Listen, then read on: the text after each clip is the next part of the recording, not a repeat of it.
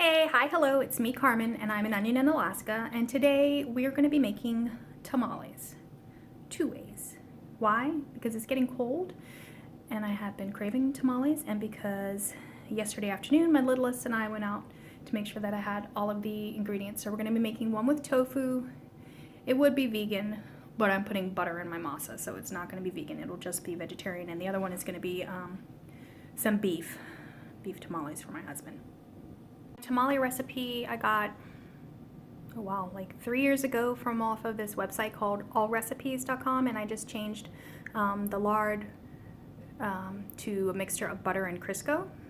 So I end up using like a cup of butter and a half a cup of Crisco, both melted. I use vegetable stock instead of chicken stock or ham stock. I put a little bit of sugar in mine, like 1.5 tablespoons or something like that, because I like things sweet. And I think that's basically the only differences.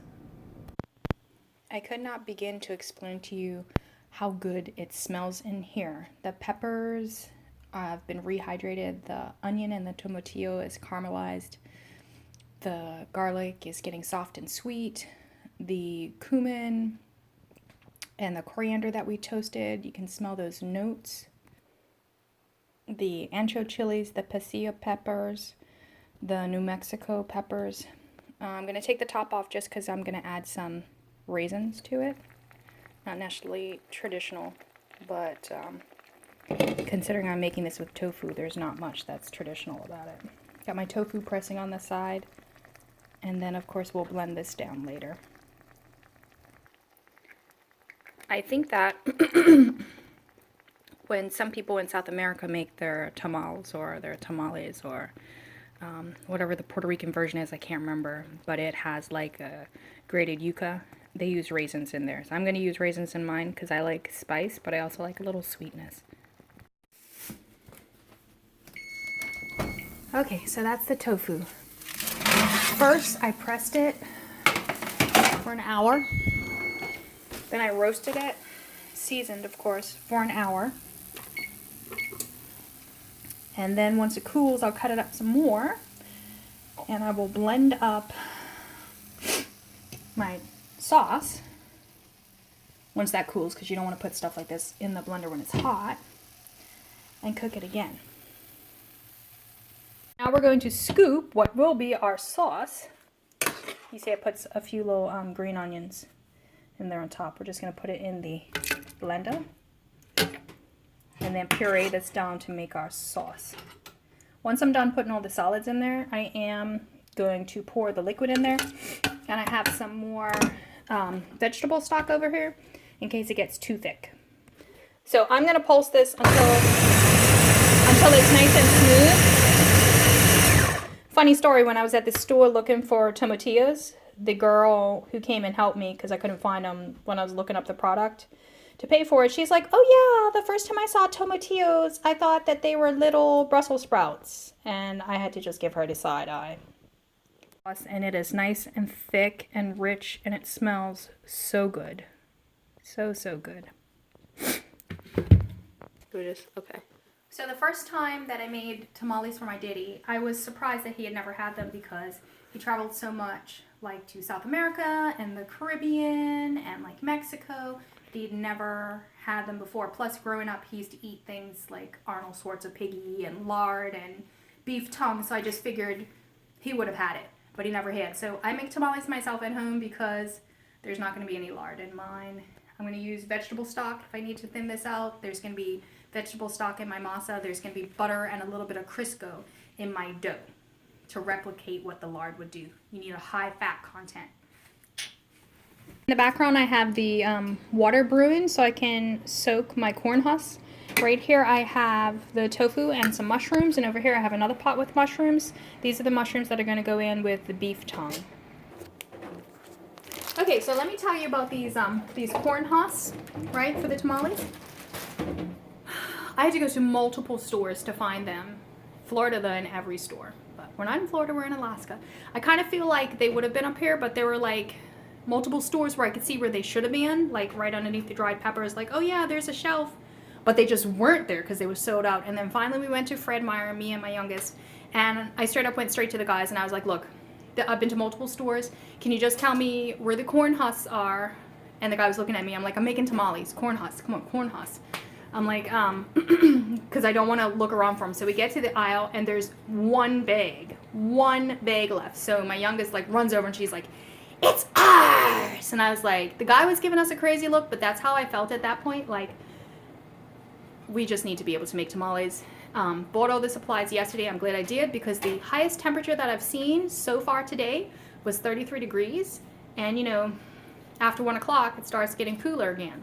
So it's going to be cold. So it's a good night for tamales.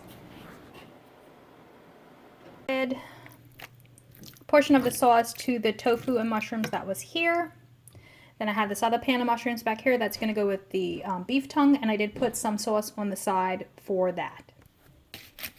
Okay, so here's the lengua, or however you say beef tongue, some sauce that I reserved, and I want you guys to see just how thick it is. Not quite tomato paste, but close. I did add some more spices to it. My daughter tasted it and said it wasn't spicy enough. So I added a little bit of sriracha, some paprika, some more garlic powder, a little bit more salt. Both a white salt and a seasoned salt. This also has some cilantro. Okay, so here's the liquid that I was telling you about for our masa dough. This is the same brand that I used to buy here when I was in Florida. It's basically corn flour. We're going to start out with 2 cups of that and a teaspoon of baking powder. Best way to mix this all in is, of course, by hand. I'm going to put some gloves on because I don't want to get all, you know. So I've switched to a spoon. I wish you could have seen that. I should have had one of the girls taping for me. So I didn't measure my liquid ingredients. If you know me, you know I'm not really a measurer. That's why I like to cook more than bake. Anyway, it just absorbed it so nicely. And it has a slightly sweet and very buttery scent. It looks like it's going to be really creamy. Now, when I first started making this, I used to use a spoon to spread it on the corn husk, and then I tried like a butter knife. But then I was watching this guy, Rick from Bon Appetit, and he does his with a putty knife. So today we're going to be doing it with putty knives because it looked way easier than the foolishness that I had been doing. And I'm hoping that'll give me a nice even layer because sometimes when I make the tamales, the dough is a little too thick. Try this putty knife thing. Even though I think my dough needs to be a little bit thinner. We'll see. So my table's clean. Ooh, I like that. Ooh, I like it. I like it. This one's a little broken. This is a very smart idea. I'm going to spread it all the way so you don't get any holes. Let's see. Just a little bit of filling.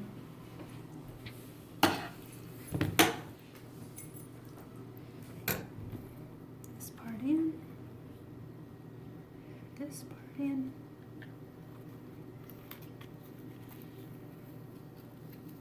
And fold it under. Boom, Bob's your uncle. We'll start with the vegetarian and do that afterwards. Vegetarian, that's a word. Okay, so they are all filled and wrapped, and I had to make some more dough because the people that were helping me kept eating the dough because they said it tasted nice and it didn't have any raw eggs in it. I did put a little bit of nutmeg in here, just like I do when I make my ma, who's my great-grandmother, her cornbread. So now we just have to figure out which steamer thing we're going to use and put it in the pot. So I've got a few options. I've got this one, which I've used before with a smaller pan. I've got this one, which I've never used before to make tamales, and looks like if I did use it, they would be up above the water, like 4 inches. Or if I use this one, they'd be right in the water, which is kind of making me wonder like why I'm even going to use it. I guess I could turn it upside down. Then they'd be even higher than if they're in that one. Or I could just take some of the leftover husks, put them in the center and find either a ceramic cup, or a bowl of foil to put in the middle. We'll see. Foil bit one out, and I put some little twine ties on the meat ones so I could see what was what, and now we're just gonna let them steam for about 40 minutes. So steam covered for that time, and then we'll take them out and eat them, and you'll get to see the finished product. Tamales have come out. The official taste testers are tasting them. Hey, everybody's supposed to get to taste them. Leave it alone. Not that big of a piece. My turn, people. I'm gonna get some of you, and you, and you. Oh, bother. Careful, it's hot. How is it? Good. It's spicy though. Well, good. Wait, can I taste it? Can I taste it? Go. I had to change my shirt because it's a sweater that's beige and I didn't want to get any sauce on it. Oh, it's good. But very spicy. I hope I made enough. Anyway, I'm an onion in Alaska. Have a good one, guys. Good one.